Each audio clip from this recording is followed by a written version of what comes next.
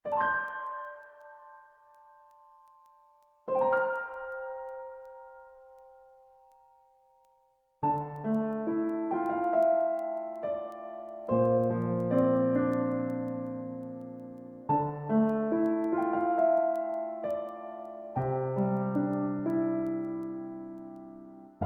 समय हम बैठे हैं सिलीगुड़ी के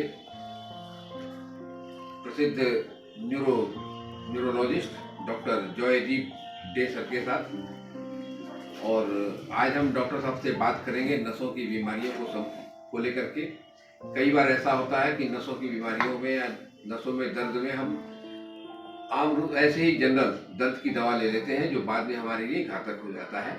इन सब चीज़ों पर हम डॉक्टर साहब से सवाल करेंगे। हमारे कुछ दर्शकों के भी सवाल है जिसका जवाब डॉक्टर साहब देंगे, और हमें उम्मीद है कि हमारे दर्शकों को यह काफ़ी डॉक्टर साहब द्वारा जो जानकारी दी जाएगी यह काफ़ी लाभदायक होगी। डॉक्टर साहब, न्यूज़ फॉर एशिया में आपका स्वागत है। नमस्कार। डॉक्टर साहब, अक्सर ऐसा देखा जाता है कि हमारे पैर में या हाथ में कहीं नसों में दर्द है, तो हम किसी न्यूरोलॉजिस्ट के पास जाने के बजाय हम लोग जनरल दर्द की दवा ले लेते हैं, या किसी से डॉक्टर से पूछ करके कोई दर्द की दवा ले लेते हैं। कि ऐसे लोगों में क्या करना चाहिए जिस तरह का दर्द है? जैसे कि हाथ पैर की दर्द की बात जहाँ तक है, देख कभी कभार अचानक हुआ, कोई गोली ले लिया, ठीक हो गया, अच्छी बात है, ठीक, कोई बात नहीं। बट अगर रेगुलर बेसिस पे अगर आप कोई भी नासा का दर्द, नार्व की दर्द, रेगुलर बेसिस से दर्द का गली से आप उसको दबाना चाहेंगे, तो ये लंबे दौर पे आपका मुश्किल साबित हो सकता है। बिकॉज एक किडनी में, लिवर में हर जगह असर करता है, और दर्द का गली की जगह नार्व की अलग से इलाज होता है। तो पहले तो निकालना है कि दर्द हो क्यों रहा है, और दर्द के कारण निकालने के बाद फिर उसके हिसाब से नार्व की दवाई दिया जाता है, ताकि उसमें कि आपको दर्द की गोली अवॉइड किया जा सकता है। क्योंकि दर्द की गोली हम सबको पता है, दर्द की गोली ज्यादा लेने से वो हानि होता है, सारा शरीर में, किडनी में, लिवर में, हर जगह दिक्कत होता है। यदि हमारे हाथ पैर में या कहीं नसों में लंबे समय से लगातार दर्द होता रह रहा है, तो हम दर्द की दवा लेने के बजाय पहले न्यूरोलॉजिस्ट से मिलें और उसकी डायग्नोसिस कराएं, उसके बाद ही कोई दवा लें। बिल्कुल, कभी कभार आपने एक दो गोली ले, अलग बात है, एक बार, लेकिन वो अगर दिक्कत ज्यादा हो रहा है और आप रेगुलर दर्द की गोली लेने का कोशिश कर रहे हैं, वो गलत है, वो नहीं लेना चाहिए। दिखा के प्रॉपर वे में क्यों दर्द पेन हो रहा है, नाक का पेन हो रहा है या कोई हड्डी का पेन है, जो भी हो रहा है, वो निकाल के फिर उस हिसाब से दवाई लेना चाहिए। सर, मौसम जो है गर्म से ठंडे की ओर बढ़ता है, जो शरीर खुद को अनुकूलित करता है, कहते हैं। ब्लड प्रेशर बढ़ने का ट्रेंड रहता है, कहते हैं। कोल्ड एक्सपोजर की भी स्थिति बनती है। तो 65 वर्ष से अधिक की उम्र के लोगों में शरीर में तनाव भी बढ़ता है। ब्रेन स्ट्रोक की संभावनाएं बढ़ जाती हैं। तो ऐसे में लोगों को क्या करना चाहिए इससे बचने के लिए, 65 साल से ऊपर के लोग? देखिए, पहले तो ऐसा है कि आप तो 65 साल की बात कर रहे हैं, मैं तो कह रहा हूँ कि आपका 50 के आसपास से ही ये सारा प्रॉब्लम शुरू होता है। इसलिए कहा जाता है कि हर साल अपना sugar, cholesterol, blood pressure regular checkup करा कीजिए, और जब भी कोई भी थोड़ा सा भी दिक्कत लगे तो ब्लड प्रेशर चेक कीजिए कि कब किस सिचुएशन में अचानक ब्लड प्रेशर बढ़ के एक स्ट्रोक हो जाएगा और हानिकारक होगा, जीवन मतलब ये हो सकता है, लाइफ का हानि हो सकता है। सो इसलिए रेगुलर चेकअप की जरूरत है। 50 साल की उम्र के बाद हमें regular blood pressure, sugar, cholesterol, इसका रेगुलर चेकअप कराना चाहिए, और फिजिकल एक्सरसाइज करना जरूरी है, बहुत जरूरी होता है। फिजिकल एक्सरसाइज, हाँ, मॉर्निंग वॉक, इवनिंग वॉक, इस सब की जरूरत होता है। सर, एक ये कहा था कि अधिकतर समय तक लगातार, एक चर्चा है अभी, हालांकि ये साइंटिस्ट को इस पे नहीं कुछ कहते हैं, बहुत देर तक मोबाइल देखने से ब्रेन ट्यूमर होता है। इस पे क्या कहेंगे? ऐसा तो पता नहीं है, लेकिन जो साइंटिफिकली जो बात है, मैं आपको इतना कह सकता हूं कि जैसे मिर्गी बीमार पकड़ लीजिए आप। मिर्गी बीमार कैसा बीमार है? वो मस्तिष्क की हमारा जो इलेक्ट्रिकल एक्टिविटी है, जो प्रभाव बहता है, जो करंट जो बहता है, डायरेक्टली उसमें लाइट असर करता है, ब्राइट लाइट असर करता है, उस वेव को खराब कर देता है, जो स्मूथ जो इलेक्ट्रिकल करंट है उसको खराब कर देता है।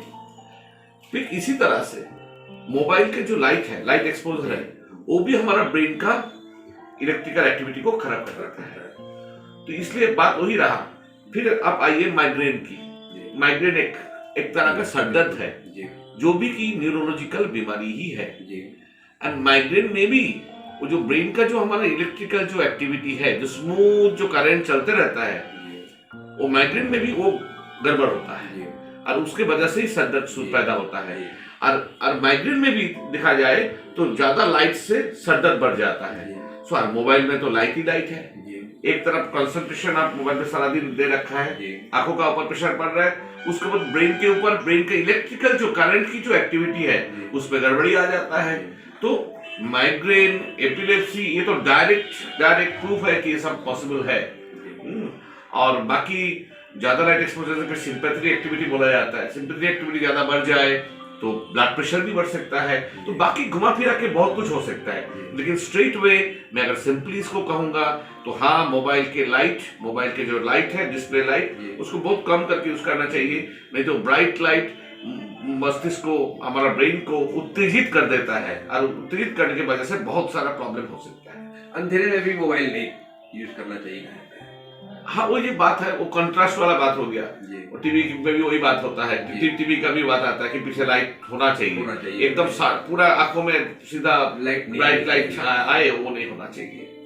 सर, एक सवाल हमारे यहाँ चंपा सारी से ये कहते हैं, एक पीएन प्रसाद जी हैं, उन्होंने कहा कि उनके दाहिने पैर में कभी कभी हल्कापन महसूस होता है। दाहिना पैर में हल्कापन महसूस होता है, देखिए कई कारण से हो सकता है। अगर आपका कमर में, कमर बोलता है ना, हाँ, कमर में कोई दिक्कत है, कोई डिस्क, जिसको हम स्लिप डिस्क कहता है, डिस्क स्लिप हो जाना, जैसे कि आप ये देखिए, ये जो है ये डिस्क कहते हैं इसको, ये सबको डिस्क कहता है। इसको अगर स्लिप हो जाता है, बाहर निकाल जाता है, इससे अगर नाक में दिक्कत आता है, ये बैकबोन का है, नाक में अगर दिक्कत होता है तो वो पैर में हल्कापन हो सकता है। पूरा मेरुदंड के अंदर कहीं पे भी अगर दिक्कत आए तो पैर में हल्कापन हो सकता है, क्योंकि पैर का नासा तो ऊपर से मेरुदंड आता है। फिर ब्रेन में अगर थोड़ा हल्का सा स्ट्रोक, मस्तिष्क में हल्का स्ट्रोक आ रहा है, उसके लिए भी पैर का हल्कापन आ सकता है। तो कारण अगर देखा जाए, और ब्रेन से लेके, मेरुदंड से लेके पैर का नार्व जो पैर तक गया है, पूरा पैर का नार्व, कोई भी रास्ते में दिक्कत आए उसमें पैर का हल्कापन हो सकता है। इसमें इनको क्या करना चाहिए? इनके तो पहले तो निकालना पड़ेगा हुक कहाँ से रहा है। ये नस, पैर का नस में दिक्कत हो रहा है, या यहाँ दिक्कत हो रहा है, या स्लिप डिस्क, साइटिका, जो भी आप कहेंगे इसको, उसमें दिक्कत हो रहा है, नस दब रहा है। पहले न्यूरोलॉजिस्ट से संपर्क करके देख के निकालना पड़ेगा कि किस लेवल पे प्रॉब्लम हो रहा है, पैर का लेवल पे, या डिस्क के लेवल पे, स्लिप डिस्क, साइटिका, स्पॉन्डिलोसिस, या मेरुदंड दब रहा है, उसको कहता है माइलोपैथी। जो मेरुदंड जो कोई दिक्कत होता है, मेरुदंड दब गया, ज्यादा डिस्क निकाल के मेरुदंड को दबा दिया। फिर ब्रेन स्ट्रोक से भी पैर में हल्कापन महसूस हो सकता है। सर, एक ये संतोष ठाकुर जी हैं, हाँ, ये सालूगाड़ा से, इन्होंने कहा कि बाएं पैर के ऊपरी हिस्से में 12 साल से लगभग झंझनाहट होती है। बाएं पैर के ऊपर हिस्से में कुछ, तो बात वही रहा कि आपका देखिए, ये हो गया हमारा दाया पैर इधर से गया, बाया पैर इधर से गया। तो बाया पैर के ऊपर हिस्से से अगर दिक्कत हो रहा है तो यहाँ कहीं ना कहीं बाएं साइड में नस दब रहा है। हम तो पहले वही लेंगे, नस दब रहा है तभी दर्द हो रहा है। तो ये नस कैसे कैसे दब सकता है? यहाँ पे अगर डिस्क निकल गया, कोई छोटा सा ट्यूमर बैठा हुआ है, या नस कोई एक्सीडेंट से भी हो सकता है। तो बहुत कारण से कहीं पे दिक्कत यहीं पे होगा, जो जहां से पैर शुरुआत होता है कमर से। फिर से बात कमर की आया, तो इसमें भी जांच होना जरूरी है। नार्व का टेस्ट होता है, जो नार्व के टेस्ट से ये पता चल जाता है कि ये कहाँ गड़बड़ित हुआ है। फिर बाकी सारा टेस्ट भी होता है, पूरा मेरुदंड देखने के लिए आपका एमआरआई होता है, नास का टेस्ट, वो सारा टेस्ट से निकाल जाता है कि दिक्कत कहाँ है, तो फिर उस हिसाब से इलाज की जरूरत होता है। सर, एक अर्णव गुहा जी है, इन्होंने इनके सिर में चोट लगी थी, उसके बाद से इनको दाहिने हिस्से में कमजोरी महसूस होती है। सिर में चोट लगी थी, दाएं हिस्से में कमजोरी महसूस होती है। हाँ, ये बात तो बहुत सिंपल है कि हमारा जो दाएं हिस्से है, दाहिना हिस्सा है, ये बाएं तरफ का हमारा ब्रेन कंट्रोल करता है। मतलब दाहिने हिस्सा बाएं का ब्रेन, और बाएं का हिस्सा दायां का ब्रेन में, तो उनको दायां हिस्सा कमजोर महसूस होने लगा है। मतलब उनका कहीं ना कहीं बाएं हिस्सा का ब्रेन में चोट आया हुआ। और वो जो आया हुआ है कब हुआ है बोला है? मेरे को 3 साल हो गए। 3 साल होगा। मैं इतना कह सकता हूं उनको कि आप धीरज रखिए, इलाज ठीक से कराइए, ये आपका आहिस्ता आहिस्ता आहिस्ता आहिस्ता इंप्रूव होगा। ब्रेन का कोई भी आप ब्रेन में हानि पहुंचाए, कोई भी प्रॉब्लम की कर दिया जाए, वो इंप्रूव होते रहता है, जिंदगी भर इंप्रूव होते रहता है। टेंशन मत करिए इसके लिए। तो देखिए, बिहार पूर्णिया के नंद केसरी जी हैं, इन्होंने कहा कि 8 साल पहले इनका एक्सीडेंट हुआ था और इलाज के बाद भी इनके पैर में हमेशा सूजन रहती है अभी भी। अच्छा, मैं समझ गया। अच्छा, ये भी बात घूम फिर के वही रहा। देखिए, 8 साल पहले उनका एक्सीडेंट हुआ था। उनका चोट अगर मेरुदंड के में आया है, कहीं मेरुदंड में आया हुआ होगा, या यहाँ से डिस्क निकाल के, या हड्डी इधर उधर होके नाक दब गया होगा। ये नाक दबने वाला बात इधर हो या मेरुदंड में हो, ये कोई भी होने से हमारा जो है पैरासिम्पैथेटिक और सिंपैथेटिक बैलेंस बोलता है, वो खराब हो जाता है। और जब वो दोनों का बैलेंस खराब हो जाता है, पैर में झंझनाहट, सूजन, जलन, दर्द, ये सब होते रहता है। तो इसको ठीक से इलाज करने से ये तो इम्प्रूव हो सकता है। सर, एक भागलपुर के राज किशोर जी हैं, इन्होंने, इनका सवाल था कि 3 महीने पहले इनके बाएं पैर में लकवा मारा था। बाएं पैर में लकवा मारा, अभी भी इनको दर्द रहता है। ठीक। देखिए, हमारा पूरा की पूरा जो शरीर है, हर काम ब्रेन में, हमारा मस्तिष्क में कहीं ना कहीं उसके लिए जगह बनाया हुआ है। हम जब टच करते हैं, वो जो फीलिंग्स है वो भी हमारा ब्रेन में जाता है। हमारा अगर हाथ का लकवा हुआ है, पैरालिसिस हुआ, वो भी मतलब जो हमारा ब्रेन में जो मूवमेंट की जो बात है, वो खराबी होता है। तो उस तरह से जब हम एक पेन से चुभते हैं, पिन, उसका जो पेन है वो भी ब्रेन से परसीव किया जाता है। तो अगर हमारा जो ब्रेन में जो पेन मॉड्यूलेशन सेंटर है, जहां से पेन की कंट्रोल बनाया रह जाता है, वहां पे अगर खराबी हो गया तो आपका मतलब स्ट्रोक हुआ है, जो बोल रहा था लकवा हुआ था, उसके साथ जो पेन का जो कंट्रोल का सेंटर है ब्रेन में, उसमें भी दिक्कत आया तो जाके पेन, जलन, पेन होते रहेगा हाथ में या पैर में। एक सवाल आखिरी डॉक्टर साहब से करना चाहेंगे, लोगों को नसों की बीमारी ना हो, इसके लिए उन्हें क्या करना चाहिए?